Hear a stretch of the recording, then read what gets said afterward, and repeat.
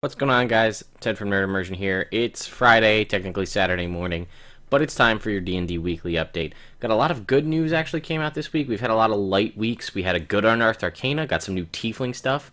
Matt Mercer updated the Witch Hunter to the Blood Hunter, and it's the version 2.0, and it's really awesome, so some stuff there. And also a little bit of information about Sword Coast Legends, a couple of soundtracks, podcasts, all sorts of stuff. So stay tuned.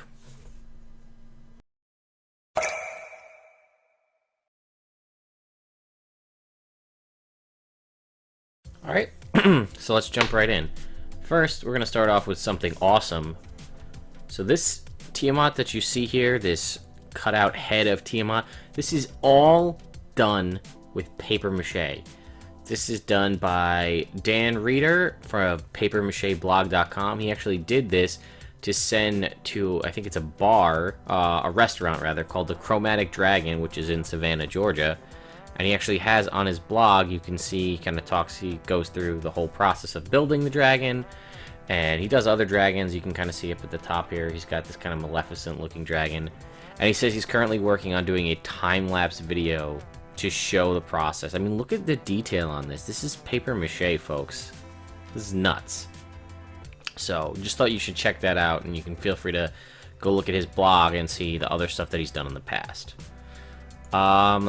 Gale Force Friday, the thing that Wizards likes to do. D&D Collector Series, Heroes of Neverwinter. These are the Heroes of Neverwinter, i.e. Neverwinter, the game. These are all, like, if you've watched the opening sequence from Neverwinter, you'll recognize all of these NPCs, or these, NPCs. So there you go. D&D Podcast. Here it is on iTunes.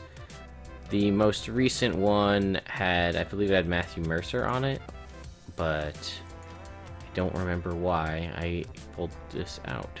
But either way, D&D Podcast, it goes all the way back. How far can you go back here? 2008. All the way back to 2008. It is free to download on iTunes, so there you go. They added a new wallpaper. You've got this nice Sword Coast Legends wallpaper. Which, to be honest, I never really looked at the back cover of the book. I only really ever saw the front cover here with these characters on it. Never even noticed there was more to it. Just didn't occur to me. So you can go ahead and download this along with any other wallpapers. Again, the link will be in the description for everything. Alright, I guess we're jumping right into this. This is Matthew Mercer here from Critical Role, who I'm sure you guys may have heard of. He had done the Witch Hunter. It's been updated, and it's been refined. And this is the Blood Hunter. So if you actually go to this link, this actually goes through kind of his thought process for updating the class. So you'll see things like went from a D8 to a D10, got some more out of combat stuff, changed things around, having one of the primal rights that allowed you to just do force damage. Was a little OP because almost nothing resists force damage, which is why it makes it so great. Added a fighting style, blah, blah, blah, blah, blah. I'm not going to go through this here, his reasoning. I am going to go through the class, though, since you guys did seem to really like me going through and reviewing sort of the class here. So I'm going to jump onto that. Here you can see, again, fairly standard, although you do see this Blood Curses column, and we'll get to that in a second. D10 hit die, same proficiencies all around. Still no shields, just simple martial weapons, light, medium armor. Hunter's Bane remains pretty much the same. Kind of a lesser, more specialized, I guess I should say, favorite enemy. Crimson Right, pretty much again the same. You'll just notice that the right that was for force damage has been replaced with a right that does psychic damage. Still not resisted that often, psychic damage. Thunder, Psychic, and Necrotic are fairly, almost, I'd say 9 times out of 10 not resisted, but Force is almost never resisted, so he went with Psychic. They get access to a fighting style. This is something they did not get access to prior. I'm a little bummed on a personal level to not see defense in here, but considering they also get medium armor and not shields, not having defense kind of makes sense. So, archery, dueling, great weapon fighting, and 2-weapon fighting as options for fighting style for your Blood Hunter. And then you choose your Blood Hunter order as normal, and we'll get to those after. Ability and score improvements as normal. 2 attacks at level 5. Then you have the Blood Maledict, which is tweaked a little bit. You got a lot of these curses, so I guess let's just go through it. You gain access to further knowledge to further spill, channel, and sacrifice a part of your vital essence to curse and manipulate your enemies. You gain 2 blood curses of your choice, detailed in the blood curse section. You learn an additional blood curse at 10, 14, and 18. That was 2, and you get 3 more, so 5. We've got 1, 2, 3, 4, 5, 6, 7, 8. So you've got 8, you can learn 5. When you use your Blood Maledict, you choose which curse to invoke. While invoking a curse, before it affects the target, you may spend some of your remaining hit dice to amplify the curse. I like this because they involve hit dice. And let me just check one thing on the Crimson Right, because that makes me think. Reducing your maximum hit points. Okay, just want to check that, sorry. But they give you a lot of options for spending your hit die outside of just short rest healing. And that's something that I think is really cool, because outside of that, it's the only time you ever spend a hit die, and it makes certain feats, like I think it's durable, which lets you heal extra on a short rest, almost useless. But this is a good way, you know, anytime you spend your hit dice, that's for healing, but you also get, it just, again, I like this a lot. We're going to keep going. You spend some of your hit dice to amplify the curse, as detailed in the curse description. No healing occurs as part of this. Well, that answer is durable, doesn't help there at all. Creatures that do not have blood are immune to blood curses. Makes sense, so no Warforged or things like that. Certain undead may still have blood in their bodies and can be cursed. After you use this, the feature to invoke 2 blood curses, you must then finish a short or long rest to use your Blood Maledict to invoke your blood curses again. Being at 11th level, you can use your blood curse to invoke 3 blood curses, and at 17 you can do it 4 times. Again, short or long rest, you get it back. And now we have the actual curses. So, Blood Curse of Binding. Bonus action, you can attempt to bind an enemy no more than one size larger than you within 30 feet. You get to make a strength saving throw, or have their speed reduced to 0 until the beginning of your turn. Amplify, when this curse is invoked, you may spend 1 hit die to have this curse be ongoing and be able to affect creature of any size. At the end of each of its turn, the target must make another strength saving throw. On a success, this curse ends. You can end this curse whenever you like. This is kind of similar to the curse that they did have, the kind of limited hold person, but now it's just reducing their speed to 0 rather than actually just restraining them. Blood of the Curseless Eyes is a bonus action. You cloud the vision of a creature within 30 feet, imposing a penalty. I like this because you don't see this kind of stuff a lot. This is very 3.5, and that's more my wheelhouse. Obviously not, I love 5e as it is, but to put a penalty on their attack roll equal to your wisdom modifier. The only thing you kind of see similar to this is a bard using cutting words, so I like the idea of this. When this curse is invoked, you may spend 1 hit die to have this penalty applied to all of the target's attack rolls until the beginning of your next turn, rather than just their next one. Blood Curse of the Fallen Puppet. Creature falls unconscious or dies within 30 feet of you. You can use your reaction to give that creature a final... I love the concept of this, by the way. Give the creature a final act of aggression. That creature can immediately make a single weapon attack against a creature of your choice within its range. After the attack, the creature returns to its unconscious or being dead. When this curse is invoked, if you amplify it, you may spend 1 hit die to grant a bonus to the attack roll and damage of the cursed creature's attack, equal to your wisdom modifier. So let's think about that for a sec. You just down some big monster, I don't know, a giant, or an ogre, or whatever, and they're the minions of some other big bad, or even just there's other ogres. You fight in 2 ogres and you down one. You're like, boom, I'm going to activate the Curse of the Fallen Puppet. That creature gets back up and you get to pick somebody and attack. So you got 2 ogres, kill this one, it gets up and it smashes and attacks the other ogre, and then it falls over dead. Or spend a hit die and get it to do an additional, I guess at maximum, +5 on the attack roll, +5 on the damage.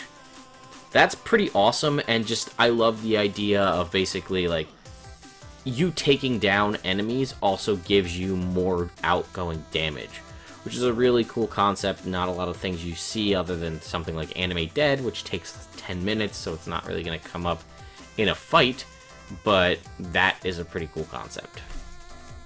Curse of the Fending Right. When an enemy casts a spell, you can use your reaction to deflect the spell with your Crimson Right. You gain a bonus to the initial saving throw equal to your wisdom modifier. Again, something similar. It seems to be cherry-picked from kind of the bard aspect. Some of these do. That seems like a bardic inspiration, more or less. This is adding your wisdom mod, which is a solid number, rather than a D8 to or a D6 to a D12 for bard, but even still. Amplify. When this curse is invoked, you may spend 1 hit die to allow all allies within 10 feet of you to also get this bonus on their saving throw. Also kind of pulls in the paladin aspect. Even with that, paladin can get their charisma to their saving throw, but that's an always on. This is you have to activate it, but you can also give it to your allies within 10 feet of you, similar to a paladin doing that as well. Curse of the Marked. As a bonus action, you can mark an enemy within 30 feet until that all crimson right damage you deal against that target is doubled. Solid way to get yourself a little extra damage output, especially if you can activate multiple rights.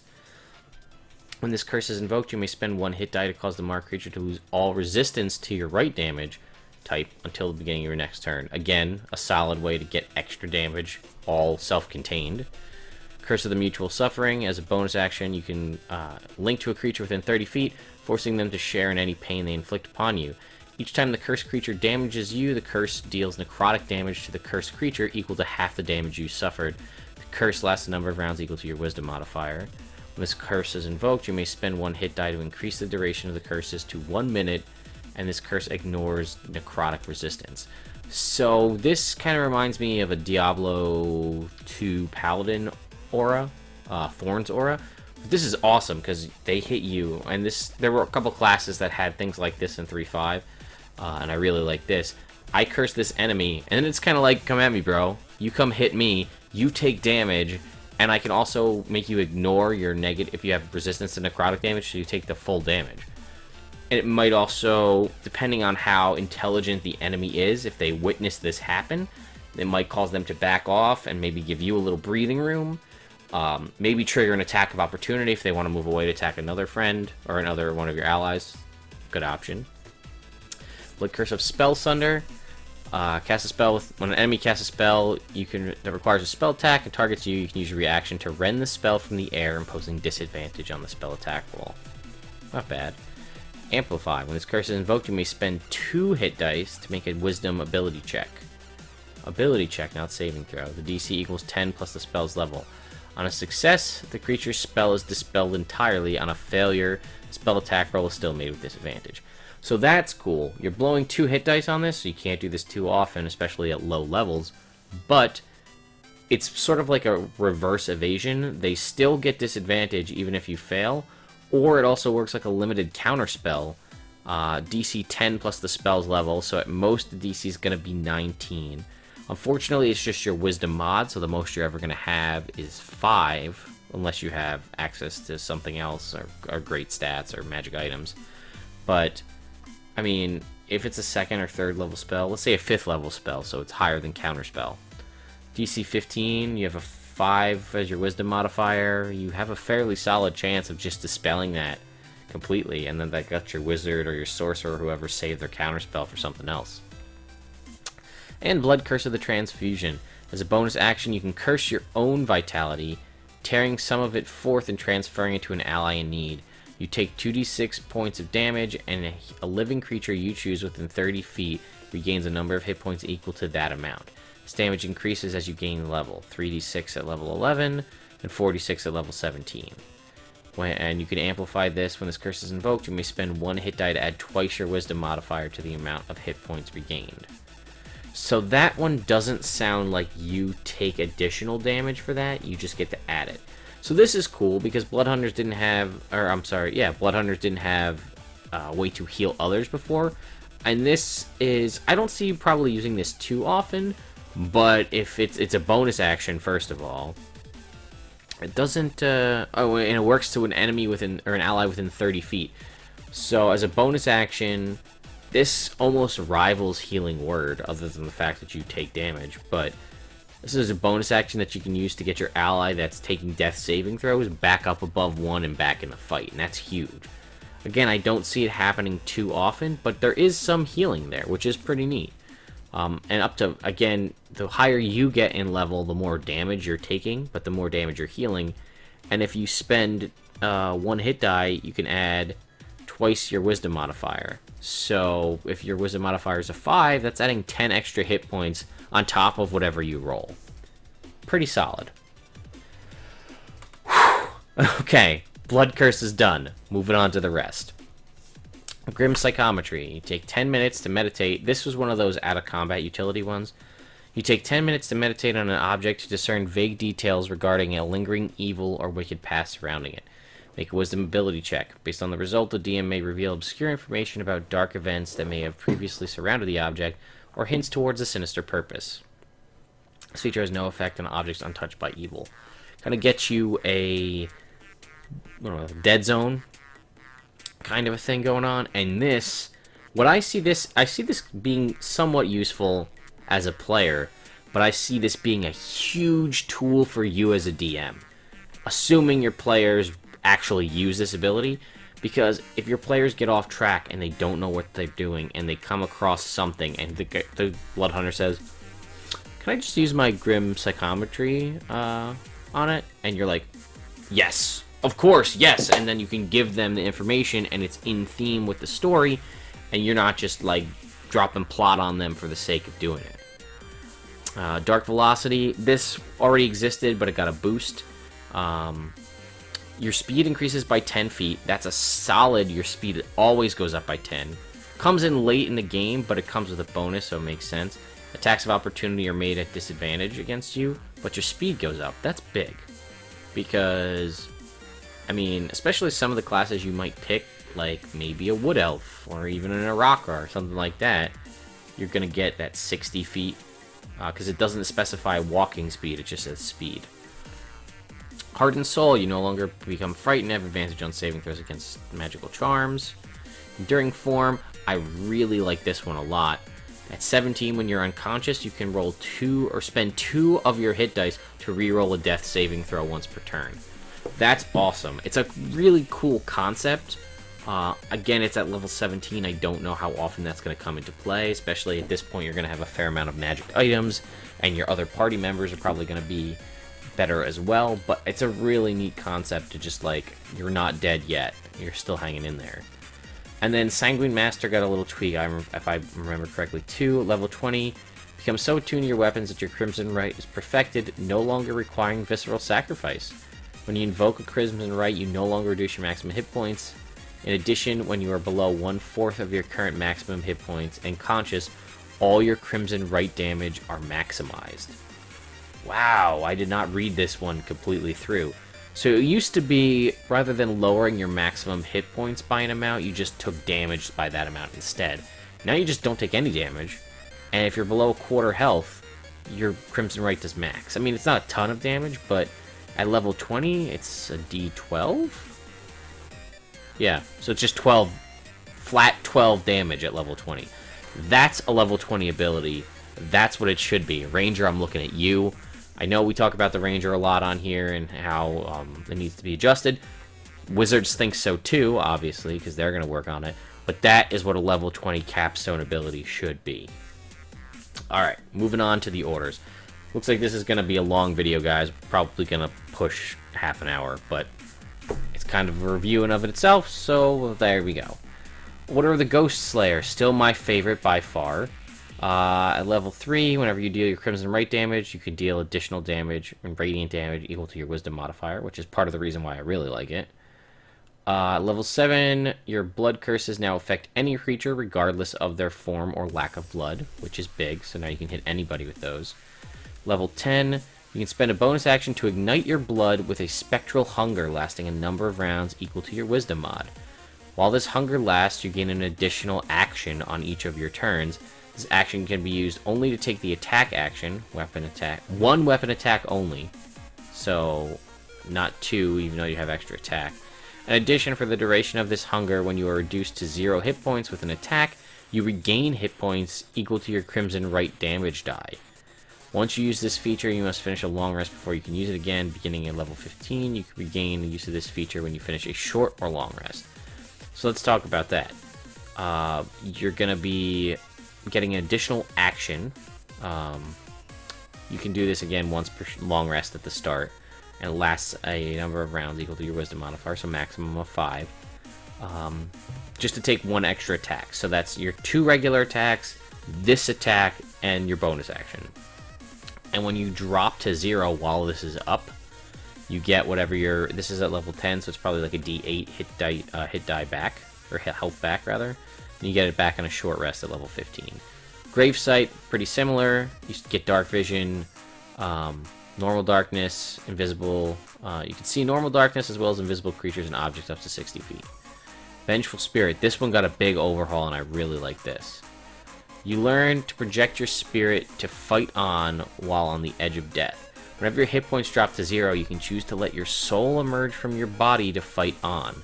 Your body remains unconscious and subject to death saving throws as normal. At the beginning of the next turn, you manifest a spirit form in your space, picks up your weapons, and continues fighting, acting on your turn and every one of your subsequent turns until under your control. Spirit form has your physical attributes and abilities, but none of the other equipment other than your weapons and ammo. This form is immune to all non-magical damage and non-magical weapon damage, and can only make the move, attack, bonus offhand attack, and bonus Crimson Right actions on your turn. If the spirit form vanishes, it drops your weapons in its space. If your spirit form takes any damage, it immediately vanishes. If your body dies, your spirit form vanishes. If you regain any hit points, your spirit form vanishes. Talk about a cool concept. You're dead and you're still fighting. I mean, that's pretty badass. Profane Soul. This is the sort of half warlock, I guess you could say. Things seem to pretty much be the same as far as the actual magic itself goes. Let's get into the other abilities here. Level 3, you can use your weapon as a spellcasting focus. Same as before. 7, which is huge. I really wish Bloodsingers had this. Same thing like Eldritch Knight has as well. When you use your action to cast a cantrip, you can make 1 weapon attack as a bonus action. I think this is actually better than a Bladesinger getting 2 attacks at level 6. Diabolic Channel is an action. You imbue your weapon or piece of ammunition with one of the spells you can cast and make a single weapon attack with it. If that attack hits, the target takes weapon damage and is subject to effects of the spell. If the attack misses, the spell misses as well. The spell must be a first level or higher and have a casting time of 1 action. Very similar to the old Duskblade channeling ability. Level 10. Whenever you have an active Crimson Right on your weapons, you gain resistance to the damage type you chose for your right damage die. If you have 2 active rights, again, 2 active rights have to be on 2 separate weapons. If you have 2 active rights with different damage types, you gain resistance for both. So that's big. That also might make you want to use a more commonly used damage type for the resistance that you gain from it. At 15, you learn to use a foe's error as an opportunity to retaliate with vicious magic. If an enemy misses you, you can use your reaction to immediately cast a spell at that creature. Spell must have a casting time of 1 action and must target only that creature. Once you use this feature, you must finish a short or long rest before you can use it again. And Soul Siphon. You learn to sacrifice the souls of powerful foes to Dark Patron in exchange for immediate power. When you reduce a creature to 0 hit points with an attack, kill the creature, and they have a challenge rating of 15 or above, you recover an expended spell slot. Not gonna happen too often, I feel, but when you get it, it's gonna feel really cool to get a spell back, especially because you're only ever gonna get 3 spell slots starting at level 15. And then Order of the, I think it's still the same, right? Order of the Mutant. This is the one with the alchemy things. They tweaked this a little bit. I didn't read through all of it ahead of time, so we're going to kind of be seeing this happening at the same time. 3rd level, you learn 3 mutagens, and you get an additional one at 7, 10, 15, and 18. Additionally, when you learn a mutagen, you can swap one out. You can take a short rest to concoct a mutagen. Man, these words are hard to say, especially 2:30 in the morning. Consuming a single mutagen requires bonus action. Mutagens are designed for your biology, blah blah blah. This is a big one, this mutation score. This is how a lot of things are activated. It used to be like based off your wisdom mod. Now it's based off of your mutation score, which is your blood hunter level divided by 4 rounded up. Advanced mutagen craft. At reaching level 7, you can take a short rest to concoct a mutagen. You can now create 2. They must be different formulas and can be ingested with overlapping effects that last until you finish your short or long rest. Take a separate bonus action to drink, and at 15 you can do 3. At 10th level, your body has begun to adapt to the toxins. You gain immunity to the poisoned and immunity to poison damage and the poison condition. At 15, you can become resistant to the negative effects of your own mutagens. Upon imbibing a mutagen, you can choose to ignore the side effect of the mutagen for the duration. Once you do this, you have to finish a short or long rest to use it again. Level 18, your body began producing its own toxins naturally. Choose one of your known mutagen formulas. You gain the benefits and side effects of this mutagen permanently, at all times. This effect cannot be altered or ignored by strange metabolism feature. You cannot exchange this choice of formula after this feature is acquired. So that's big, because some of these you could definitely, I could see, want to have on 100% of the time. So there's also level prerequisites, which I'm not sure those were here before. Aether, you gain a flying speed of 20 feet, disadvantage on strength and dex ability checks. That's not a bad one. A flying speed of 20 feet, and that's ability checks, not saving throws. Our ability checks, that's that also I think refers to skills as well. So, you know, maybe not as much, but dex score increases by an amount equal to your mutation score, as does your dex max. Your wisdom score goes down. Probably would nix that one. Advantage on intelligence ability checks, disadvantage on charisma. It's not worth it to me. This one is, though. Maybe. You gain an additional action on each of your turns. That action can only be used to take the attack action, one weapon attack only. You have disadvantage on all saving throws. Disadvantage on all saving throws, probably not. If you're looking for this one specifically, I say just go Ghost Hunter instead. Impermeable, resistance to piercing, vulnerability to slashing. You gain immunity to the grappled and restrained conditions. At 10th level, you're also immune to paralyzed. You gain a penalty to your initiative equal to 2 times your your mutation score. Immunity to paralysis is big, but having a negative to your initiative, not something that's too great. Darkvision out to 60 feet. If you already have it, it goes an additional 60. You gain sunlight sensitivity. All of your attacks are at disadvantage if you're in the sun. Don't take that. Unless you are playing in the Underdark or only at night. Strength score increases by an amount equal to your mutation score. Your dex goes down. I don't know. This one might be worth it in my mind. Your weapon crits on a 19 to 20. At 15, it goes to an 18 to 20, and all the healing you get is halved. Not the worst thing in the world. Speed increases by 10. It goes up to 15, additional 15 at level 15. Attack rolls made against you crit on a 19 to 20. I don't think anybody wants that. Unless you have maybe adamantine armor, then a critical hit is just a hit for you. Which actually, if you're really looking for the movement speed, that might be the way to go. You regenerate this one. This is the one I would definitely take. You regenerate hit points equal to 2 times your mutation score rounded up at the start of each turn as long as you're above 0 hit points, and your speed decreases by 10 feet. That's one you definitely want to take. That's probably the one I would take to learn permanently, because if you recall, you get an additional 10-foot movement speed as you get later in the game, so you'd still be at 30-foot or 25-foot movement speed, but you'd be regenerating up to, 4 Blood Hunter level divided by 4. So you'd be regenerating 2 times your 10 HP a turn. It's pretty big. Wisdom score goes up, your armor class is reduced by an amount equal to your mutation score, resistance to slashing, vulnerability to bludgeoning, resistance to bludgeoning, vulnerability to piercing.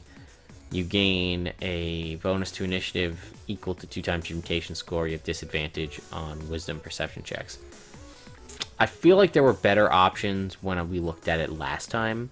I feel like this one is a big one for me, and maybe the one where you get the additional action or the one where you get your healing halved might be the one to use strange metabolism for, where you ignore the side effect. But I feel like the other two shine a lot better. And then we also have your multi-classing prerequisites and what you get for multi-classing. Okay, moving on. This is Assault on the Greenest. This is a module made in Sword Coast Legends by Joe Coleman. Assault on the Greenest is one of the missions at the beginning of Horde of the Dragon Queen, and it's really cool to see people are making existing pen and paper modules in Sword Coast Legends. I'm probably going to look into this and try to play this with a group of friends, especially some people that may have played it already, and just see what they think about it. Just to see how it compares to the actual playing through the module itself. Alright, and lastly is the Unearthed Arcana for this month, which is that old black magic, which is all about Tieflings, and a really cool concept and some new spells. So, what I don't like is it doesn't interact and explain how this correlates to, at least the Infernal Tiefling anyway. That one we know how that works, we don't know about the Abyssal. How this pertains to the new Tiefling variants in the Sword Coast Adventurers Guide. So basically what it says is all Tieflings get the same age, alignment, size, speed, and Darkvision. What you're going to do, and all Tieflings get +2 Charisma, and they can speak, read, and write Common. And then it's going to say the existing one in the player's handbook is an Infernal Tiefling, and they get the Intelligence, they get the Hellish Resistance, so half damage from fire, and the Infernal Legacy spells, and they can speak, read, and write Infernal. Now they're saying there's also an Abyssal variety, where their Con goes up by 1, which is pretty nice, +2 Charisma, +1 Con. And you get this Abyssal Arcana feature, which I feel like is a better way to handle Wild Mage than Wild Mage handles it. So I'll skip you all the details and jump you down to this table. Essentially, every time you finish a long rest, I believe, you get to you get these as you level up. You roll on this table. So you could potentially be rolling at 5th level 3 times. So you'd roll, say you roll 5. That means for today you have Spare the Dying as a cantrip. Then you roll here and you get Burning Hands. You get Burning Hands as a 2nd level spell. And then you roll here and you get Mirror Image. So those are the 3 spells you have for today. On your next long rest, you roll these again. You can't get the same option, so if you roll one of the same ones, you have to roll again. But you just get random spells every day. And there's actually some pretty solid spells here. Cure Wounds, Tasha's Hideous Laughter, Thunder Wave, Magic Missile, Invisibility, things that could come in handy. And your hit point maximum increases by half your level. That one sucks. I don't think there's any way to look at it. I mean, the most you get at level 10, or level 20 rather, is you get 10 more hit points. 10 hit points at level 20 I don't think is a big deal. If it was you gaining an additional hit point per level, that would be big, because 20 hit points seems better. It kind of fills in the role of the Hill Dwarf or the Stormborn or the Dragon Sorcerer. And then you have 1, 2, 3, 4, 5 of these conjure spells that are all about conjuring demons. A lot of the time when you conjure it, there's a chance that if you don't roll correctly, you won't have it under your control and then it'll just attack you. I think the only one that you kind of have more control over is the Shadow Demon. It's pretty neat. It can make for some interesting time. I've honestly thought about trying to do it in a game where I'm going to be playing and just summon these guys just to kill them to get the experience, because I believe it's going to be an experience-based campaign. I'm sure that'll only go for so long before the DM says, yeah, you're not going to be able to do that anymore. And lastly, Matt Mercer released the soundtrack for Critical Role. So you can go ahead here. It's all on Spotify. So here you go. You got, what do you have? 10 tracks? 12 tracks, and then a little explanation of what he uses them for down here. There will be links in the descriptions for all of this. So I'd like to thank you guys for coming out and checking out this week's D&D Weekly Update. Sorry this one ran a little bit long. I probably should have done a Blood Hunter review separate of everything else, but it's going to be mixed in the middle, and that's kind of going to how it is for this week, I guess. So if you want to click up here, you can check out our Tuesday night D&D game where we stopped playing Lost Mines of Phandelver because we finished it, and we've moved on to a homebrew campaign of my own design. Currently, they're heading over to Red Larch and taking care of a couple Princes of the Apocalypse quests while I figure out what I want them to do. But there's some really cool stuff. There's actually playtest information from the new Tome of Beasts in there. You can check out in the middle video here, the Lost Mines of Phandelver review. Having just completed it, Sean and I take about 40 minutes of your time and go through all the aspects of that we like, things we didn't like. There's not a lot we would change. I've ran that campaign 3 times and I love it, so I think that's one of the better pre-written campaigns that I've played. And then again, down the bottom is our discussion show. After our Tuesday night stream that ends at about 11 p.m. Eastern, we take about an hour to 2 depending on how active the Twitch chat is, and we just talk about Dungeons & Dragons. We have a topic for each week. Last week, this past Tuesday, which will be coming out shortly over the next couple days, was over and underused spells. Now, this coming Tuesday, let's see what the date is going to be, if I can get my mouse over there. Tuesday the 15th, the topic for that is adding immersion to the game, engaging your players and adding realism and making things feel real and engaging to your players. We'd love to have your feedback. You can email us at nerdimmersion@gmail.com to tell us what you want to do to get your players involved and build that immersion. If not, you can come show up in the chat, twitch.tv/nerdimmersion on Tuesdays, and chat with us live, or just tune in and lurk in the chat and watch us talk and be stupid. Probably eat a lot of snacks. Seems to be a big thing of ours. Anyway, guys, I hope you have a great weekend. We're getting close to the holiday season, so we're still going to keep going strong, and I think we're going to have some really cool stuff coming out for you next year, but we'll wait till we get there. So, anyway, guys, happy gaming, and I'll see you next time.